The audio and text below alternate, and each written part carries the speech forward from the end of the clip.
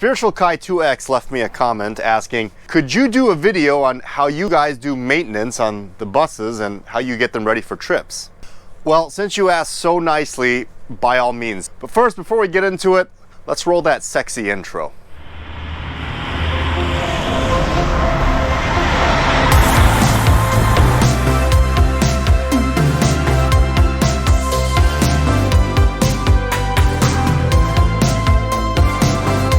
Hello fellow bus nuts, geeks, and enthusiasts. Welcome to another episode of Motor Coach World.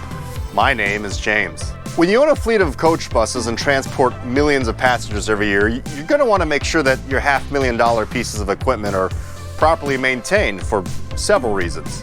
The first reason, obviously, is safety. I mean, the last thing you want to do is see anyone get hurt or have a breakdown halfway with a bus full of people waiting to get to their destination.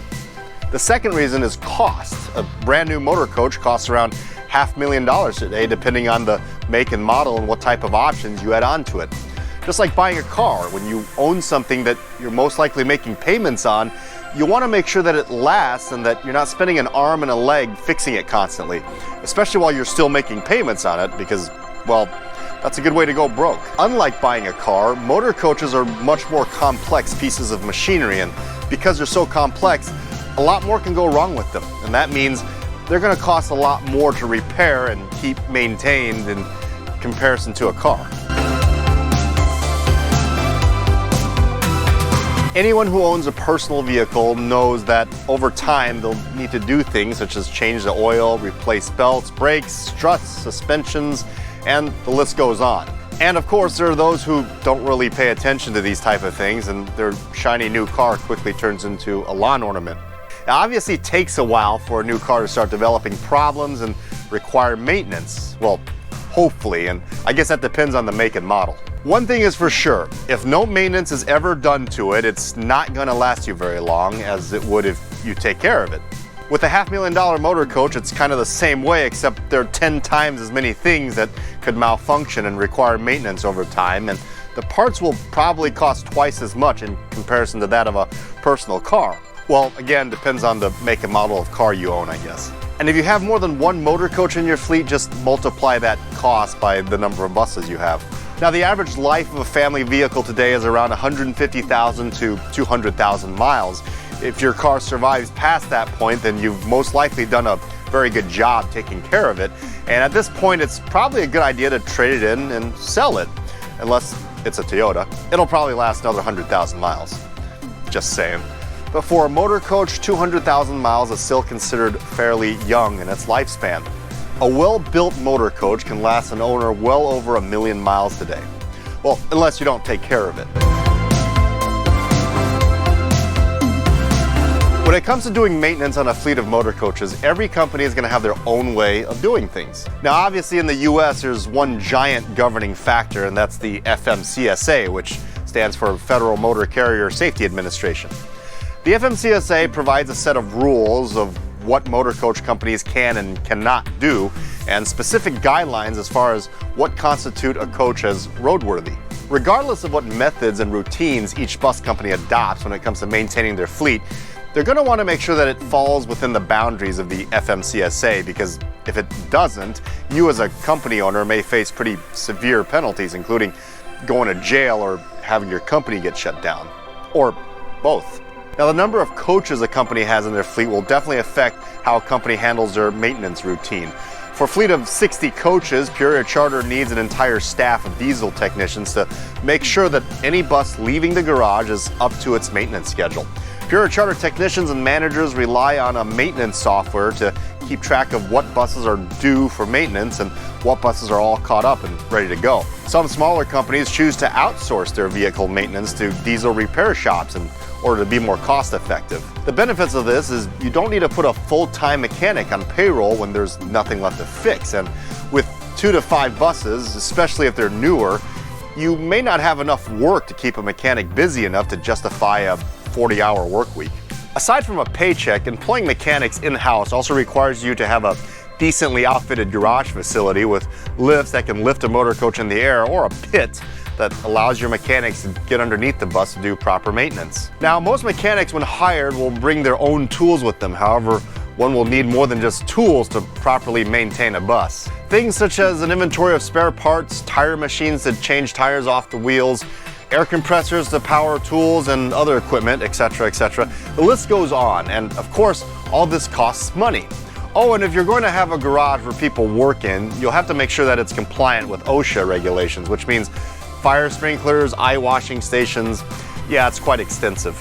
But if you're able to get all of that, it's definitely nice to have your own people dedicated to your fleet and your needs. Obviously, when you rely on a repair shop to fix your buses, they're not going to be dedicated just to you, as they're going to have other customers to take care of. And if your bus should need work done on a time crunch, you may have to cancel a few trips on your books because the garage may not have time to fit you in prior to your trip.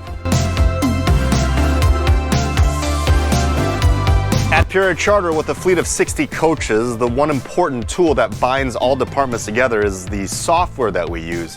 Now, I did a lot of computer programming back in the day, and when I started working for Peoria Charter, I decided to hire some programmers, and together we built a program custom tailored to the needs of a charter bus company. So before you go searching for our motor coach company operation software, you're not going to find it anywhere, at least not yet. From the time our booking department books a trip to when our dispatcher finds a driver to drive it, to when our fleet coordinator assigns a motor coach to the trip, to when our cleaning crew cleans and sanitizes the coach, to when the coach comes back from the trip, the software we use tracks and monitors each step of the way so that we don't accidentally send a coach out that was due for maintenance. Our system tracks every mile that each of our coaches drive, and when a coach has driven a certain number of miles, our system will trigger an alert to our techs and dispatchers, notifying them that this coach will probably not be able to go out on the next trip before a certain routine maintenance service is due. If one of us tries to assign the coach to another trip before it gets to routine maintenance, the system will simply not allow us. There are only 2 people in the company that can override the system with a password, and the system will of course document who and when authorized the override. Once a technician starts to perform the routine maintenance, the system begins to track the job. Our system will track who's doing the job, what parts are replaced during the job, how much each of those parts cost. This will automatically deduct the part from our inventory system. The system will track how much time each technician spent on the job and will record when the tech reports the job is complete. The system will take this data and do several things. First of all, it'll add the labor time and part cost to the overall cost of the vehicle. A manager can pull up any bus in our fleet and choose a time frame to see how much this bus has cost us in labor time and repairs and maintenance. This provides us with data on which coach probably needs to be retired and which ones are the most efficient. Secondly, the system will trigger the shop director to inspect the technician's work. Once the shop director approves, the system will log it and release the bus to be dispatched again. Our dispatchers and fleet coordinators will see this bus turn from red to white, indicating that they can now assign it to a driver and a trip. There are several routine maintenance schedules our buses go through. For short, we call them schedules. Schedule 1 is done on a coach every 6,000 miles. That's around 9,500 kilometers for all of you watching from other countries.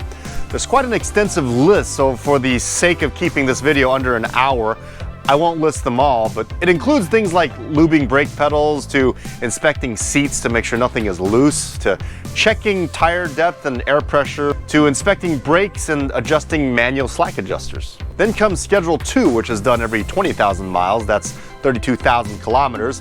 Some of the items on Schedule 2 are taking engine oil samples to see if there are any metal fragments in the oil, which would indicate the condition of the engine, as well as traces of diesel and antifreeze in the oil, which would also give us certain indicators of whether or not other things need to be done. Some other items on Schedule 2 are things like lubing all chassis grease points, checking steering linkage, check slack adjusters on all brakes, and checking bell housing bolts. Schedule 3 is done every 25,000 miles, that's 40,000 kilometers, which includes things like replacing fuel filters and coolant filters, checking fan clutch operations, checking and adjusting air governor pressure settings, inspecting or replacing alternators and compressor oil supply lines, fuel lines, and power steering lines. Finally, Schedule 4 is done every 100,000 miles, that's 161,000 kilometers, and that entails changing oil in the wheel hubs, transmission fluids, and filters, replacing power steering filters, changing all engine idler bearings and belt tensioners, regardless of their good or bad. Aside from the routine maintenance schedules, Peoria Charter replaces the front tires of each coach after 55,000 miles. Now, some of you may think that's overkill, but it's worked for us. And our philosophy is any service done in the shop is going to be cheaper than a road failure. Aside from that, blowing a steer tire at interstate speeds can cause a loss of control and put everyone in a very dangerous situation. And that's something we want to avoid.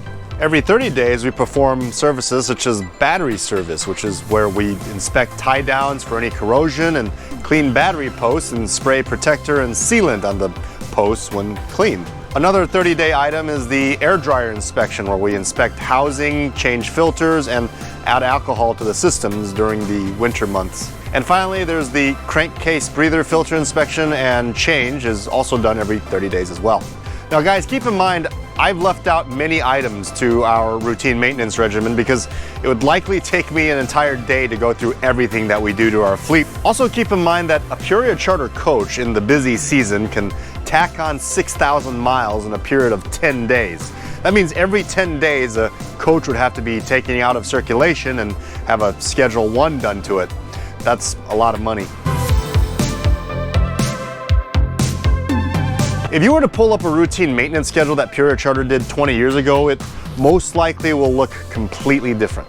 Our routine maintenance schedules have been tweaked and adjusted over many decades, and as new engines and coaches come off the production line, it's likely that we'll continue to change what each schedule includes as well as the frequency of each schedule.